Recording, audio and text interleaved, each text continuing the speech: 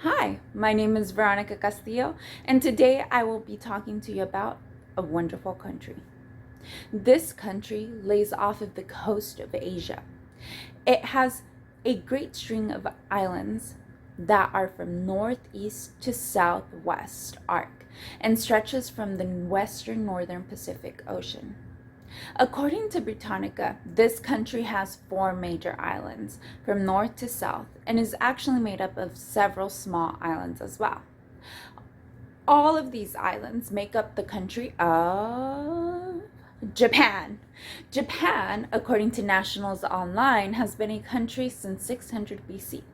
This makes it actually one of the most ancient countries to still exist in today's world. Its native language is Nihongo. Nihongo is actually made up of three different languages, making it one of the most difficult languages to learn in the world. Japan is most definitely a beautiful country that many would love to visit. So today, me and my team will be going over why you should go visit Japan. We will go over its history, its culture, its fashion, and most importantly, its tourism. So when you go visit Japan, you know where to go.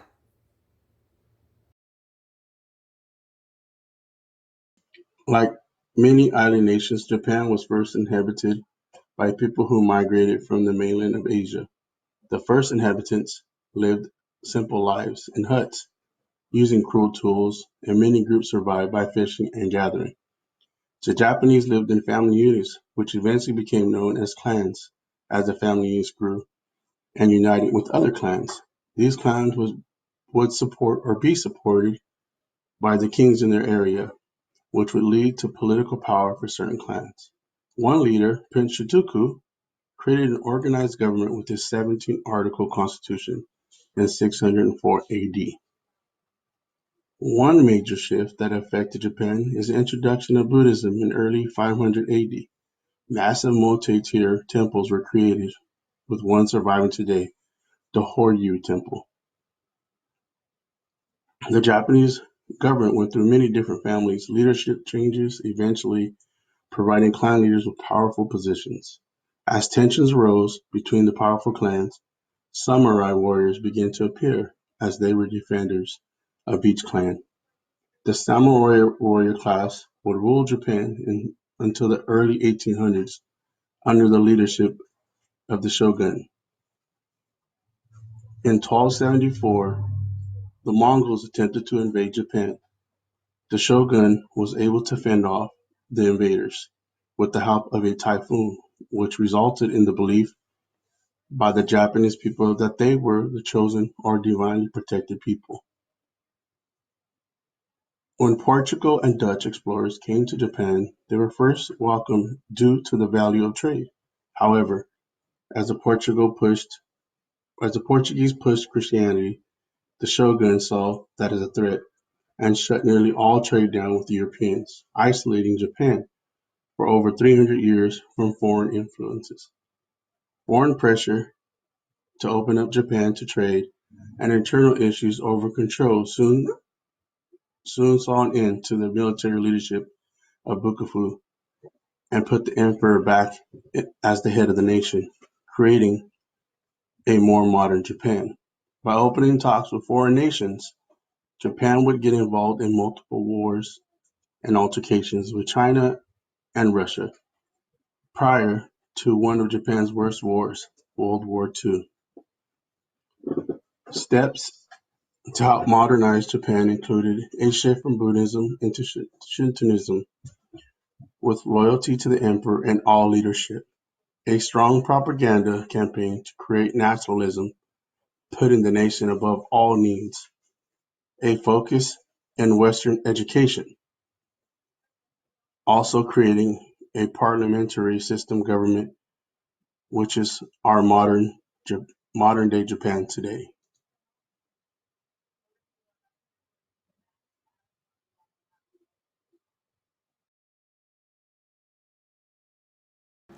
Hi everyone, my name is Claire Yang, and today I will be covering Japanese culture. Now, Japanese culture is very different from American culture, so first let's take a look at the people. Now, a lot of people when they look at Japan, they think of just it is unanimously Japanese people, but that is not true at all. If you look at the recent demographics and other things as such, we find that they actually include people from Korea, China, Brazil, and the Philippines. So, their demographics, they're not solely just Japanese people.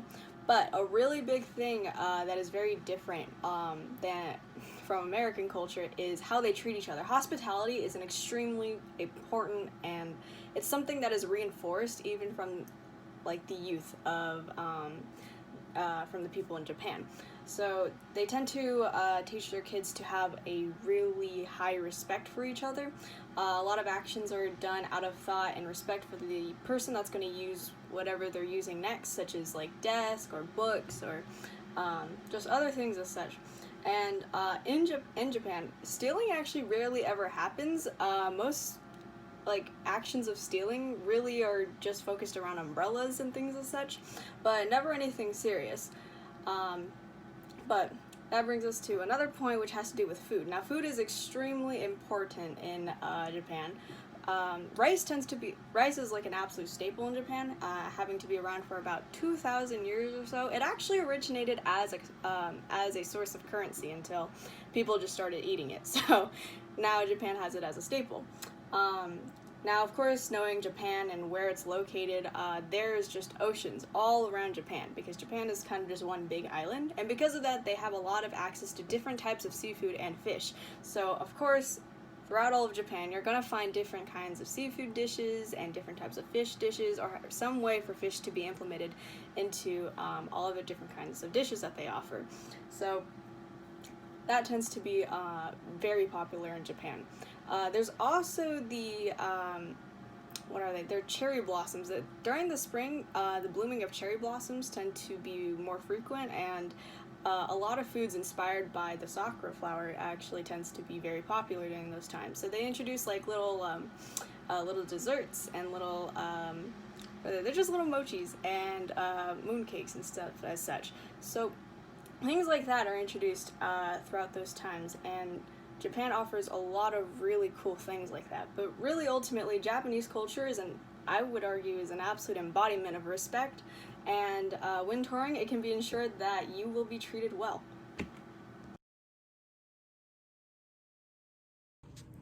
There are many different and interesting national holidays in Japan, but some of the most important ones are New Year's Day, Adults' Day, the Doll Festival, Golden Week, and the Bond Festival.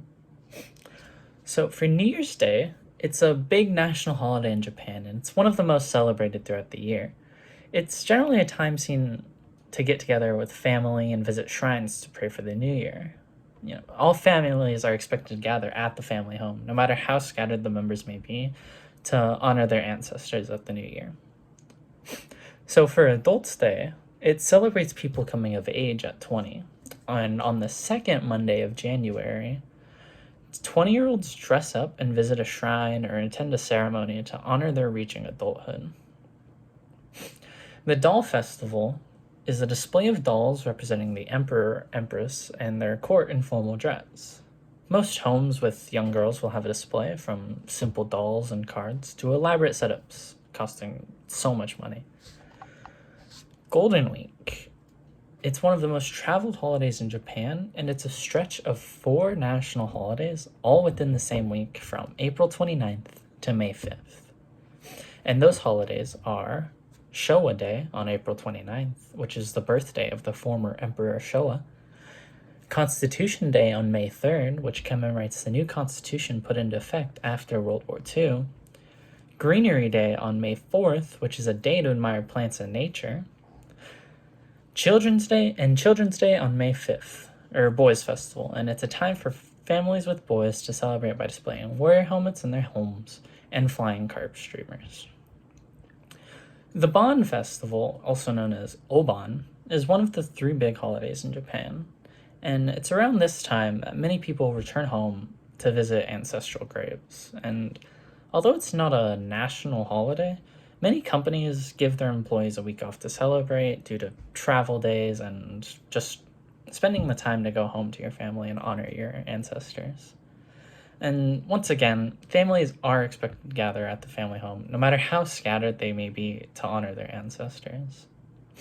These are just a few of the really major holidays in Japan, and they're all very interesting, and would love to visit there and celebrate the holidays there. Thank you. Recently, there was this big trend going around TikTok where everyone talked about different street style fashion from different cultures and countries around the world. Since we're doing Japan, I figured why not keep up with the trend and tackle street fashion from Japan. If you look up Japan street fashion on Google, it's like a simple Google search, you'll notice that there's a lot of different outfits and a lot of different pieces. And that is because they're known for their boldness and self-expression. To where the Western culture, like the United States, we literally have in the magazine of who wore it better. Japan does not believe in who wore it better. They express themselves for themselves, not anybody else. For example, Gwen Stefani, a famous popular pop singer, she traveled to Japan for one of her first concerts and fell in love with their fashion. So much that she created her own fashion line where she expressed boldness and uniqueness. And if you look up Gwen Stefani on Google search, you'll notice that she wears very different pieces of clothing, and it's not normally normal for the United States. So the basics of the Japanese street fashion, what you'll see when you look up on Google, or if you go over there during their street and just like watch their street fashion, you'll see a lot of patterns and colors. They believe that patterns and colors is everything. So some people you'll see in all black, others you'll see plaid on plaid on plaid, which is not normal in the United States. You would never mix patterns. They do colors, they don't follow color theory in any sense. They believe whatever they want to put on, they will put on. I noticed a lot of like utility looks, so that being like combat boots and like utility bags and belts that are like utility belts. In my store, I work in retail, we call that utility look, and I noticed that was a very common thread throughout Japan. They also have a very street look. So when you look it up, you see a lot of street clothes like black pants and trousers, and then they have like oversized. Oversized is another big point about their fashion. Typically in the US, it's very fitted, but in Japan, the oversized the better, and I'm talking oversized. If you know who Billie Eilish is, she is a prime example of what Japanese street fashion would consist of. Another basic that you would find is a lot of platform shoes. So again, with the combat utility look, there's a lot of platform shoes that many Japanese citizens wear on street style basis. They also believe in gender fluidity, so they don't believe that clothes should define their sexuality or their gender. And with that said, you see men wearing skirts, dresses. We kind of saw this trend with like bigger celebrities, like Harry Styles wore a dress. Who else? I know members of Queer Eye, the show, wore dresses to make a statement. This is more prominent in Japanese street style.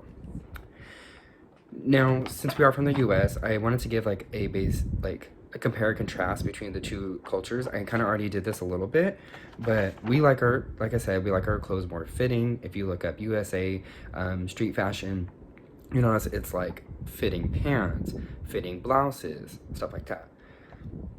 To where we also never cross patterns. Like I was saying, I remember my DM came into our store and one of our mannequins was wearing a floral top with a plaid skirt, and she was like, that does not match. In the US, that is very unusual, to where in Japan, you would find something like that. They don't believe pattern is supposed to be next to a solid. They say pattern, I'll wear it with whatever I want. We also do simple color schemes. Like I said, they don't follow color theory being that you look at the color wheel and whatever color that you're wearing, you do the complete opposite side of the color wheel. They do not believe that. They'll wear pinks with magentas. Those are right next to each other on the color wheel. They'll wear all colors, which I'll show in a couple of examples. And we're also very gender specific in the United States, to where men don't typically wear dresses. They don't wear skirts. That's all women, for the most part, unless you have high-end celebrities like Harry Styles, like I mentioned. So for here, I have a couple of looks to see if I can get this to work. Awesome. So right here, as you can see, she has, sorry for the glare, she has the combat belt like I was talking about. This is a very combat look. She also has platform shoes. This is a street combat utility look I was talking about earlier. Right here, we express a lot of color. Like I was saying, they wear a lot of colors that are next to each other on the color wheel, and they wear, like, this is stripes on the arms, this is stripes right here, pattern on pattern. Here is another street look with more platform shoes, a little bit oversized pants, a little baggy. They wear a lot of holes. And then again, the belts. And here was I was talking about the pattern, plaid on plaid on plaid. This is a very famous look. Like I was saying, plaid on plaid on plaid. I'm wearing plaid right now, but I'm not wearing on plaid like we would in the United States. And so that is it for Japanese street fashion. Head over to the next part.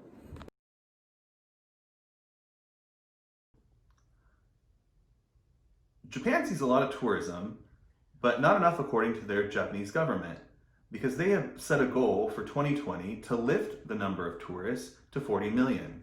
In 2019, they saw 15.52 million tourists, and in 2018, they set a record for 31.2, which is the largest number of visitors since they've started collecting data in 1964. Tourists often come from Japan, South Korea, Taiwan, and Hong Kong. Some of the interesting places to visit, and the most visited in Japan, are Tokyo, Osaka, and Kyoto. In Tokyo, you can visit the Sensoji Temple, which is the oldest temple in Tokyo. You can also see the Tokyo Tower, which is a communications and observation tower. Or you can visit Tokyo Disneyland and Tokyo Sea Disney, the two parks located there in Tokyo.